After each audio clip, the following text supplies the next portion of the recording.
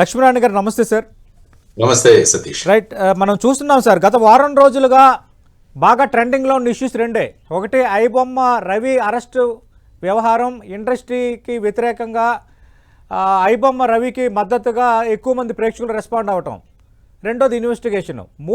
రెండో ఒక కీలకమైనది మావోయిస్టుల లొంగిబాటు ఎన్కౌంటర్కి సంబంధించి ఆల్రెడీ దానిపైన మీరు స్పందించారు, దానికి విశేష ప్రాచుర్యం వచ్చింది. ఇప్పుడు ఈ ఐబొమ్మ రవి ఉదంతకు సంబంధించి చాలా ప్రశ్నలు ఇప్పుడు మన ముందు ఉన్నాయి సార్.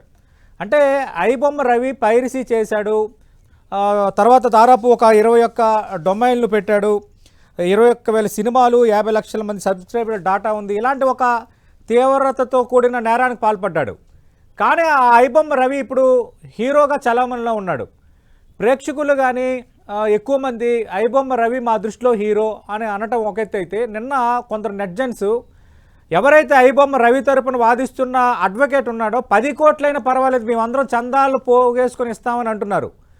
ఈ ధోరణి ఎలా అర్థం చేసుకోవాలి? మీ కామెంట్ ఏంటి సార్? ముఖ్యంగా ఇందులో చూడాల్సింది ఏంటంటే సతీష్, మనకు సినిమా పరిశ్రమ అంటాం. సినిమా పరిశ్రమ అంటాం అంటే అదొక ఇండస్ట్రీ యొక్క ప్రధానమైన ఉద్దేశం ఏముంటుందంటే లాభాలు మ్యాక్సిమైజ్ చేసుకోవడం, ఎక్కువ లాభాలు సంపాదించడం. అందువల్ల ఏంటంటే సినిమా నిర్మాతలందరూ కూడా ఎక్కువ ఇన్వెస్ట్మెంట్ పెట్టి, అంటే ముఖ్యంగా పెద్ద పెద్ద హీరోల సినిమాలు చూస్తే 500 కోట్లు 1000 కోట్లు అలా వింటుంటాం. అంటే ఒక సినిమా పరిశ్రమ ద్వారా ఏమవుతుందంటే అనేక మందికి ఉపాధి కలుగుతుంది. అంటే ఒక సినిమా తీసుకుంటే అందులో కథ రాసేవారు, ఆ తర్వాత డైలాగులు రాసేవారు, ఆ తర్వాత యాక్టర్స్, ఆ తర్వాత జూనియర్ యాక్టర్స్, తర్వాత కెమెరామెన్, లైట్ బాయ్స్, తర్వాత అడ్వర్టైజ్మెంట్, ఇలా చూసుకుంటే ఒక సినిమా పరిశ్రమ వల్ల అనేక మందికి ఉద్యోగాలు సృష్టించబడతాయి. సో సినిమా తీసిన తర్వాత ప్రొడ్యూసర్ ఏం చేస్తాడంటే వాట్లను థియేటర్స్ లో రిలీజ్ చేస్తాడు. రిలీజ్ చేసిన తర్వాత అక్కడ టికెట్లు కొనుక్కొని ప్రేక్షకులు చూస్తారు, దాని ద్వారా నిర్మాతకు ఆదాయం వస్తుంది. ఇది ఒక సోర్స్ ఆఫ్ ఇన్కమ్. రెండవది వచ్చేసి వీళ్ళను ఓటీటీ ప్లాట్ఫామ్ లో కూడా వీళ్ళు రిలీజ్ చేస్తారు.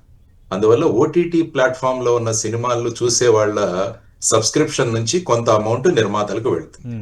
సో ఈ విధంగా నిర్మాతకు డైరెక్ట్ గా సినిమా రిలీజ్ ద్వారాను, ఆ తర్వాత ఓటీటీ ద్వారాను తను పెట్టిన ఖర్చుకి అతనికి రెవెన్యూ వస్తుంది, ఆదాయం వస్తుంది. కానీ ఇప్పుడు ఏమవుతుందంటే ఈ పైరసీ ద్వారా ఏమవుతుందంటే ప్రజలు థియేటర్కి వెళ్ళడం తగ్గిపోతుంది, దానివల్ల వచ్చే ఆదాయం తగ్గిపోతుంది. అదేవిధంగా ఓటీటీలో చూసే వాళ్ళు కూడా ఓటీటీలో చూస్తే ఆ నిర్మాతకు ఆదాయం వస్తుంది, కానీ పైరసీ ద్వారా అంటే ఇటు ఐబొమ్మ కావచ్చు, ఇంకోటి బెప్పమ్మో ఏదో ఇంకో టీవీ అట, ఇంకొక 110 ఛానల్స్, వీటిల ద్వారా చూడడం వల్ల ఏమవుతుందంటే తక్కువ ఖర్చులో ప్రేక్షకులు చూసే అవకాశం ఉంటుంది, కానీ నిర్మాతలు దీంట్లో నష్టపోతున్నారు. ఎప్పుడైతే నిర్మాతలు నష్టపోతారో వారు ఇంకో సినిమా తీయడానికి వాళ్ళు సాహసించరు. దానివల్ల ఏంటంటే సినిమా మీద ఆధారపడిన అనేక మంది కళాకారులు ఎవరైతే ఉన్నారో, లేకుంటే ఈ అసిస్టెంట్స్ ఎవరైతే ఉన్నారో, నేను చెప్పిన వారందరూ కూడా వారి ఉపాధి తగ్గిపోయి అక్కడ కూడా ఒక విచిత్రమైన పరిస్థితి ఏర్పడింది. ఇది నిర్మాత పరంగా మనం చూసుకుంటే అతనికి పైరసీ ద్వారా కలిగే ఇంపాక్ట్ ఏదో మనం చూసాం. కానీ ప్రేక్షకులు ఏమనుకుంటారంటే ఈ మధ్య సినిమాల్లో మీరు ముఖ్యంగా చూస్తే ఇంతకుముందు 100 రోజులు సంవత్సరాలు ఆడేవి సినిమాలు. కానీ ఈ మధ్య కాలంలో మొదటి వారం చాలా ఇంపార్టెంట్. అందుకనే ఎక్కువ షోలు, ఎక్కువ టికెట్ రేట్లు, ఇవి సాధారణంగా నిర్మాతలు ప్రభుత్వాలని కోరుకుంటున్న ముఖ్యమైన విషయం.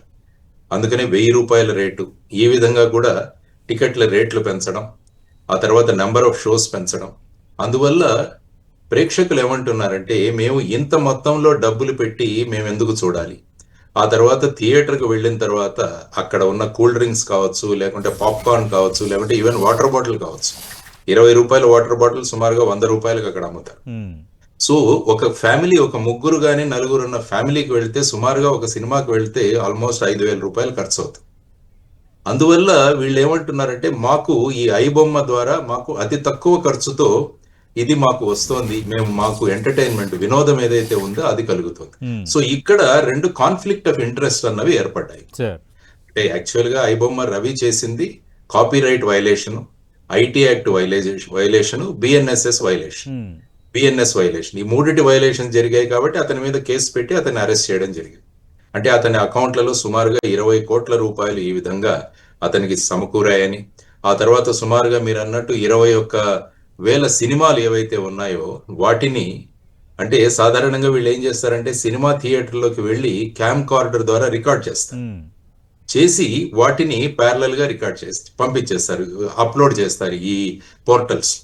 అంటే మొన్న పైరసీ గురైన ముఖ్యమైన సినిమాలు ఇప్పుడు చూస్తే ముఖ్యంగా నేను విన్నది కాంతారా ఒకటి, డూడ్ అన్నది ఒకటి, మిరాయ్ అన్నది, ఈవెన్ ఓజీ అన్న సినిమా కూడా, ఇవన్నీ కూడా పైరసీకి గురి అయ్యాయి. దానివల్ల ఏమవుతుందంటే ఆ నిర్మాతల తర్వాత సినిమా యాక్టర్ల యొక్క ధోరణి ఏంటంటే దీనివల్ల సినిమా పరిశ్రమకు రావాల్సిన ఆదాయం తగ్గిపోతుంది, దానివల్ల కొత్త సినిమాలు తీయడానికి నిర్మాతలు సాహసించడం లేదు, దానివల్ల అనేక మంది జీవనోపాధికి ఇది ఒక పెద్ద పెట్టుగా మారింది అని ఆ సైడ్ వాళ్ళ వాదన. అంటే యాక్చువల్ గా చట్టాన్ని ఉల్లంఘించినందువల్ల అతని మీద కేసులు రిజిస్టర్ అవడం అన్నది సహజం. ఎందుకంటే కాపీరైట్ యాక్ట్ వైలేషన్, తర్వాత వచ్చేసి ఈ విధంగా ఐటీ యాక్ట్ వైలేషన్, ఇవన్నీ కూడా చేయడం జరిగింది. కానీ మీరు అన్నట్టు ప్రేక్షకులలో ఇతని పట్ల విపరీతమైన అభిమానం, ఎందుకంటే మేము అంత డబ్బులు ఖర్చు లేకుండా మేము చూడగలుగుతున్నాము అని. అంటే దీన్ని ఏమంటారంటే రాబిన్ హుడ్ సిండ్రోమ్ అంటారు. ఇంతకుముందు కూడా మనం చదివేవాళ్ళం రాబిన్ హుడ్ అంటే ధనికుల్ని దోచడం, పేదవాళ్లకు పంచడం. ఇది రాబిన్ హుడ్ సిండ్రోమ్. దానివల్ల ఏంటంటే ప్రేక్షకులు కూడా మాకు తక్కువ ఖర్చుతో మేము చూసే అవకాశం మాకు దొరుకుతుంది కాబట్టి ఆ విధమైన వాదనలు వాళ్ళు చేయడం. ఆ తర్వాత ఫర్ ఎగ్జాంపుల్ ఇప్పుడు మీరు ఎలక్షన్స్ చూసుకున్నా కూడా FRBM చట్టం అని మనకు ఒకటి ఉంది. అంటే ఎంత మనము అప్పు చేయవచ్చు అన్న దానికి కూడా ఒక నిబంధనలు ఉన్నాయి, 2003లో తెచ్చిన చట్టం. కానీ ఏ ప్రభుత్వాలు కూడా దాన్ని ఫాలో అవ్వట్లేదు, ఉచితాలు ప్రకటిస్తున్నారు.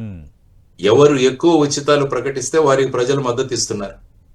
యాక్చువల్ గా ఇంత అప్పులు చేయడం అన్నది కూడా చట్ట ప్రకారం నేరమే.